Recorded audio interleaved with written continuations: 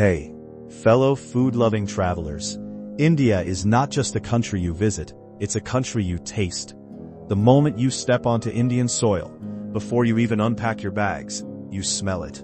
Spices in the air, something roasting, something simmering, something sweet, something smoky. It's not subtle, it's alive. And here's the truth most travelers don't expect. Indian food is not just about eating, it is about culture. It is about connection. It is about hospitality so powerful. You feel like family within minutes. In India, people don't just serve food, they offer it. With warmth, with pride, sometimes even as a donation. In temples, in villages, in homes, food is shared freely. You'll hear the phrase, Atithi Devo Bhava, the guest is like God, and they mean it.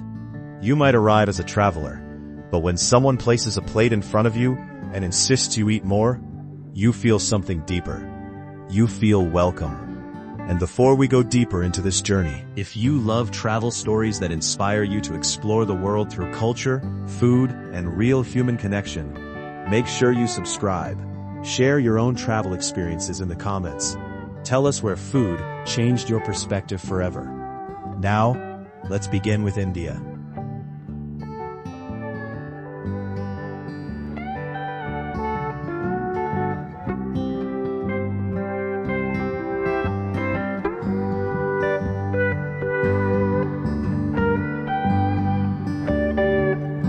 Food as culture, not just cuisine. In many places around the world, food is convenience. In India, food is philosophy. Meals are shaped by religion, by family traditions, by seasons, by festivals. What is cooked depends on the time of year, the celebration, even the mood of the household. There is an ancient system called Ayurveda. It teaches balance, hot and cold, heavy and light, sweet and bitter, spicy and sour. The idea is simple but powerful. Food should support your body and your mind. So when you sit down for a meal, you're not just tasting flavor, you're tasting thousands of years of wisdom. In temples, food becomes prasad, a blessed offering. It is cooked with devotion, offered to the divine, and then shared with everyone. Rich or poor, local or foreigner, it doesn't matter. You stand in line together, you eat together. There is something humbling about that. And then there is the way food is eaten. In many regions, meals are eaten with the right hand. You feel the warmth of the rice, the texture of the bread, the thickness of the curry. It engages touch, smell, sight, taste, all at once. It slows you down. It forces you to be present. And that's something modern travelers desperately need.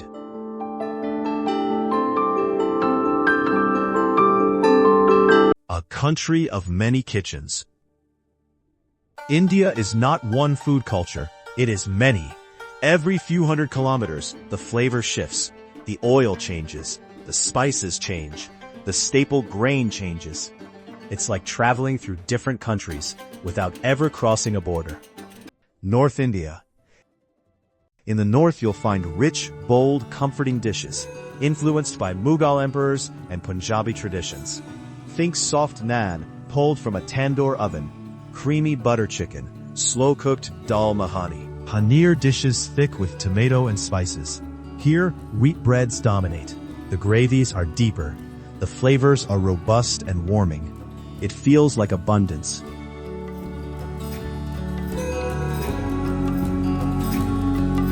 South India. Travel south and everything changes. Rice becomes the foundation. Fermented foods like dosa and idli appear on your plate. Coconut is everywhere, in chutneys, in curries, in desserts. The flavors are tangy, spicy, lighter, often more acidic. Sambar, rasam, coconut fish curry. Food here feels vibrant, energetic, alive. And because of fermentation, many dishes are surprisingly easy on digestion. East India.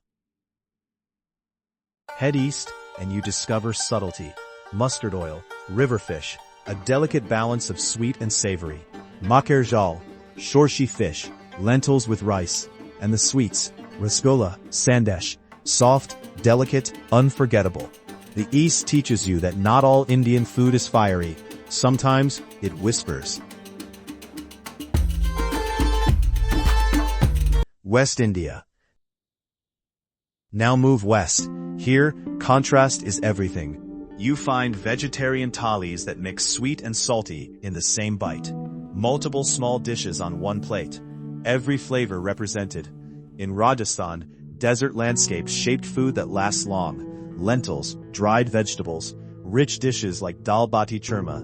And along the coast in Goa, seafood, coconut, vindaloo with Portuguese influence. It's not one style, it's a collection of stories. Northeast India. And then there's the Northeast, often overlooked by international travelers, but absolutely extraordinary. Smoked meats, bamboo shoots, fermented ingredients, minimal masala, but bold, earthy flavors. Here, food feels closer to the forest, to tribal roots, to the land itself. Smoked pork with bamboo, local greens, rice-based dishes. You realize how vast India truly is. And this is why travelers become obsessed. Because you can eat vegetarian one week, seafood the next, tribal smoked meat after that. And never repeat the same flavor twice.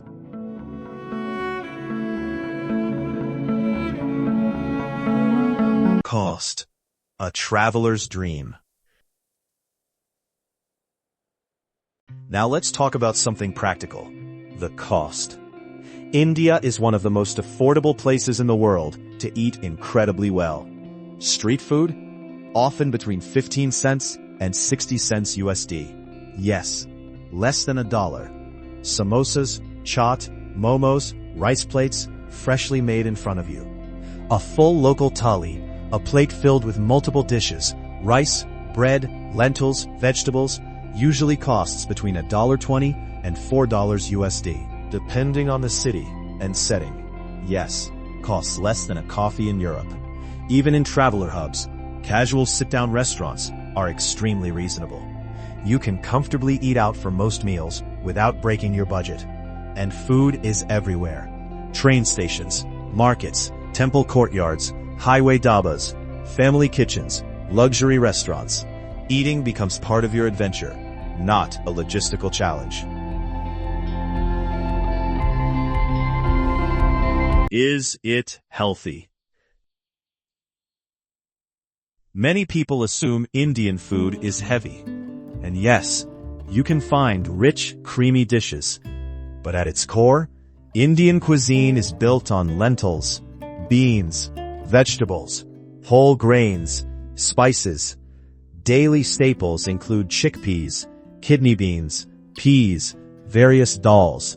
That means plant protein is everywhere. For vegetarians and vegans, India can feel like paradise. Spices like turmeric, ginger, cumin, coriander, used daily, are known for antioxidant and anti-inflammatory properties. Traditional meals often naturally fit vegetarian, vegan, or gluten-free diets. Chana masala, aloo gobi, millet rotis, lentil stews. If you choose wisely, grilled tandoori items instead of deep-fried snacks, more vegetable dishes, fewer cream-heavy gravies, you can eat incredibly balanced meals throughout your trip. You don't have to sacrifice health for flavor. You can have both. Why travelers fall in love. So why do so many travelers return home, still dreaming about Indian food? First, the intensity. Indian cuisine doesn't whisper. It sings, loudly. Layers of spice, aromas rising from the plate. Heat balanced with sweetness, sour balanced with richness. It wakes up your senses. Second, the choice. In a group of friends, vegan, vegetarian, meat lover, everyone finds something extraordinary. Few countries offer that level of flexibility. Third, the stories. Every dish has a background, a region, a festival, a grandmother's method. a temple ritual. When you eat, you learn. And learning through food is powerful. The value. When something is delicious and affordable, you feel free to explore it deeply. You try more. You experiment more. And that freedom creates attachment. The emotional side of eating in India. But beyond flavor and price, there's something emotional. You might be invited into a home unexpectedly. You might be handed food in a temple with no expectation of payment. You might sit on the floor with strangers and share a meal. And in those moments, you understand something important. Travel is not about checking destinations off a list. It is about connection. In India, food becomes the bridge. You don't need to speak the same language. A smile, a shared plate, a refilled cup of chai. That is enough.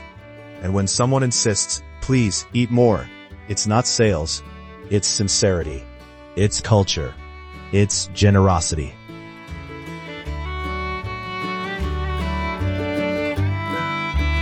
Travel tips for experiencing Indian food fully. If you're planning to explore India, here are a few powerful tips. Go beyond tourist restaurants. Try local eateries with high turnover. Eat where families eat.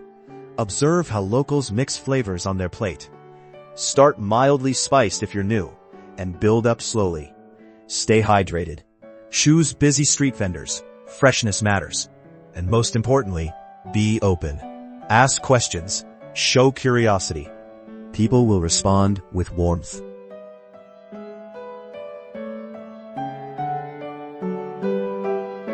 Travel changes you, but only if you allow it to. If you rush from monument to monument without engaging the culture, you miss the heart. In India, the heart beats in the kitchen, in the spice box, in the shared thali, in the temple meal, in the roadside stall at sunset. When you eat intentionally, you travel differently. You slow down, you listen, you taste, you connect, and you grow. India teaches you that food is not just fuel. It is memory. It is identity. It is community. It is love served on a plate. So if you're dreaming of a journey that awakens your senses, challenges your assumptions, and fills your heart as much as your stomach, let India feed you. Not just with spices, but with stories. And when you return home, long after your suitcase is unpacked, you may forget the hotel, you may forget the train schedule, but you will remember the taste and the feeling of being welcomed like family. That is the power of Indian food. That is the power of travel. If this inspired you, hit subscribe. Share your own food travel stories in the comments. Tell us the country that surprised you the most. Until the next journey, travel slowly, eat boldly, and stay curious.